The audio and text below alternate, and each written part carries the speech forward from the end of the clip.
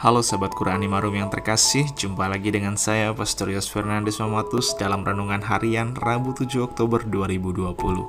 Hari ini merupakan peringatan wajib Santa Perawan Maria Ratu Rosari. Bapak Ibu Saudara-saudari yang terkasih, mari kita siapkan hati kita dan pikiran kita untuk bersama-sama mendengarkan dan merenungkan sabda Tuhan. Kita tandai diri kita dengan tanda kemenangan Kristus, dalam nama Bapa dan Putra dan Roh Kudus. Amin. Bacaan pertama hari ini diambil dari surat Rasul Paulus kepada jemaat di Galatia. Bab 2 ayat 1-2 dilanjutkan ayat 7-14. Saudara-saudara, 14 tahun setelah dipilih Tuhan, aku pergi ke Yerusalem bersama dengan Barnabas dan Titus pun kubawa serta. Aku pergi ke sana berdasarkan suatu penyataan. Di sana aku membentangkan Injil yang kuberitakan di antara bangsa-bangsa bukan Yahudi. Jangan dengan percuma aku telah berusaha.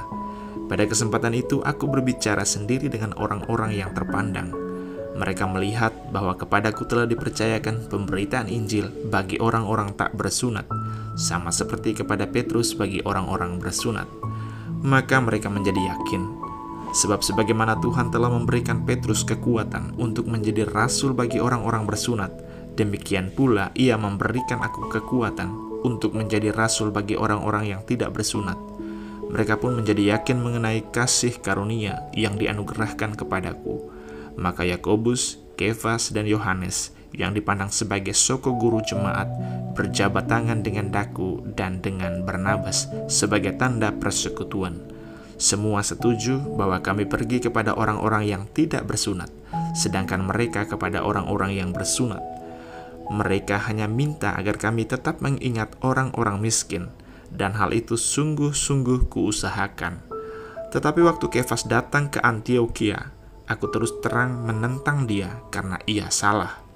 Sebelum beberapa orang dari kalangan Yakobus datang, ia makan sehidangan dengan saudara-saudara yang tidak bersunat. Tetapi setelah mereka datang, ia mengundurkan diri dan menjauhi mereka karena takut akan saudara-saudara yang bersunat.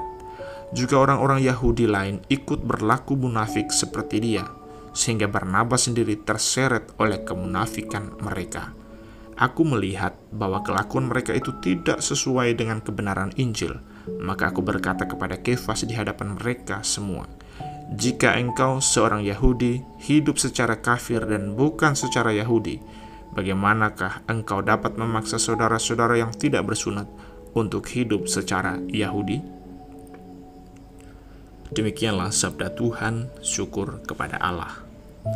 Dan Injil pada hari ini diambil dari Injil Lukas bab 11 ayat 1-4. Tuhan sertamu dan sertamu juga. Inilah Injil Tuhan kita Yesus Kristus menurut Lukas. Dimuliakanlah Tuhan. Pada waktu itu Yesus sedang berdoa di salah satu tempat. Ketika ia berhenti berdoa, berkatalah seorang dari murid-muridnya kepadanya, "Tuhan, ajarlah kami berdoa, sebagaimana Yohanes telah mengajar murid-muridnya." Maka Yesus berkata kepada mereka, "Bila kalian berdoa, katakanlah, Bapa, dikuduskanlah namamu, datanglah kerajaanmu. Berilah kami setiap hari makanan yang secukupnya, dan ampunilah dosa kami, sebab kami pun mengampuni yang bersalah kepada kami. Dan janganlah membawa kami ke dalam pencobaan." Demikianlah Injil Tuhan. Terpujilah Kristus. Saudara-saudari yang dikasihi dan mengasihi Tuhan, doa adalah salah satu ungkapan iman kita kepada Tuhan. Karena kita beriman, maka kita berdoa kepada Tuhan. Doa membantu kita untuk semakin dekat dan akrab dengan Dia yang kita ikuti dan imani. Yesus sendiri menjadi model atau contoh dalam hal berdoa. Di tengah kesibukannya, ia selalu meluangkan waktu dan menyempatkan diri untuk berdoa atau berbicara dengan Bapanya. Hari ini, para murid meminta agar mereka diajarkan untuk berdoa, dan Yesus mengajarkan mereka bagaimana harus berdoa. Doa itulah yang kemudian kita kenal dengan doa Bapa Kami. Dalam pengajarannya, Yesus mengajar para murid untuk menyebut atau memanggil Allah dengan sebutan Bapa. Pada zaman itu, sangat tidak lazim untuk menyebut atau menyapa Allah dengan sebutan Bapa. Bahkan bisa dianggap menghujat Allah bila seseorang menyebut Allah dengan sebutan atau sapaan manusiawi. Namun, Yesus ingin agar para murid sadar bahwa sesungguhnya Allah sangat mencintai, peduli, dan perhatian terhadap hidup mereka, bahwasanya Allah dekat dengan mereka. Kalau Bapa yang di dunia ini saja tahu memberikan yang terbaik untuk anaknya, apalagi dengan Bapa yang di surga. Ia pasti sangat tahu mengenai apa yang kita butuhkan. Ia pasti akan sangat dan lebih mencintai kita daripada Bapa yang di dunia ini. Sesudah seruan Bapa, doa dilanjutkan dengan permohonan bagian pertama yang terdiri dari 2 permohonan, yakni dimuliakanlah namamu dan datanglah kerajaanmu. Permohonan dimuliakanlah namamu hendak menyatakan iman akan Allah yang Maha Kudus dan melampaui segala sesuatu, sekaligus memohon agar Allah menyatakan kekudusannya, juga mohon agar manusia dapat mengakui, memuliakan, dan menyediakan tempat tertinggi bagi Tuhan dalam segala sesuatu. Sedangkan permohonan datanglah kerajaanmu hendak mengungkapkan iman dan kerinduan akan situasi damai dan sukacita yang hadir ketika Allah merajai dunia. Ketika Allah meraja dan setiap hati membiarkan diri dirajai oleh Allah, maka mereka akan mengalami damai dan sukacita yang datang dari Allah sendiri. Sesudah 2 permohonan tersebut, barulah dilanjutkan dengan permohonan bagian kedua yang berkaitan erat dengan kebutuhan hakiki seorang manusia, yakni berilah kami setiap hari makanan yang secukupnya. Permohonan ini hendak mengungkapkan iman bahwa Allah lah penyelenggara hidup, dan karenanya kita perlu memohon segala yang kita perlukan di dalam hidup ini kepada Allah. Dengan memohon seperti itu, para murid diajak, kita semua diajak untuk bergantung sepenuhnya kepada Allah. Tentu bukan berarti kita tidak perlu bekerja. Bekerja adalah bagian yang menjadi keharusan bagi kita, tetapi kesadaran bahwa Allah sebagai penyelenggara hidup mengajak dan menuntut kita untuk selalu berseru dan mohon pada Allah. Kemudian, permohonan yang kedua adalah ampunilah dosa kami, sebab kami pun mengampuni yang bersalah kepada kami.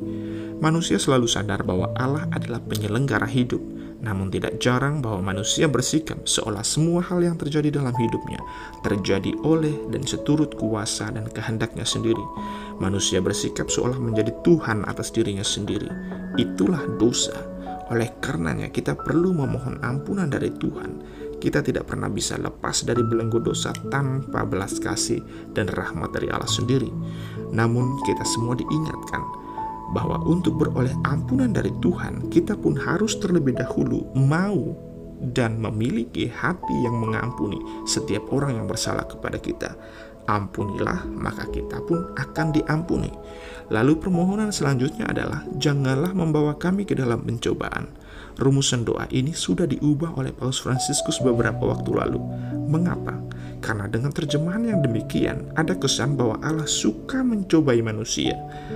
Allah tidak pernah mencobai manusia. Rumusannya kemudian diubah menjadi janganlah membiarkan kami masuk ke dalam pencobaan. Dengan demikian, kita semua disadarkan bahwa Allah tidak pernah mencobai dan Allah punya segala kuasa untuk melepaskan kita dari segala kuasa setan yang mencobai kita guna membawa kita kepada kebinasaan. Saudara-saudari, doa yang diajarkan oleh Yesus ini sungguhlah sederhana, tetapi syarat dengan makna.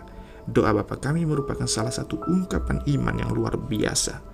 Baiklah bila kita mendoakannya dengan penuh kesadaran dan iman, bukan sekedar hafalan semata. Lebih daripada itu, kita perlu meneladan Yesus dalam hal berdoa. Sesibuk apapun, luangkanlah waktu untuk berdoa. Semakin kita sibuk, justru kita semakin membutuhkan doa yang merupakan sumber rahmat dan kekuatan kita. Salam, Tuhan memberkati.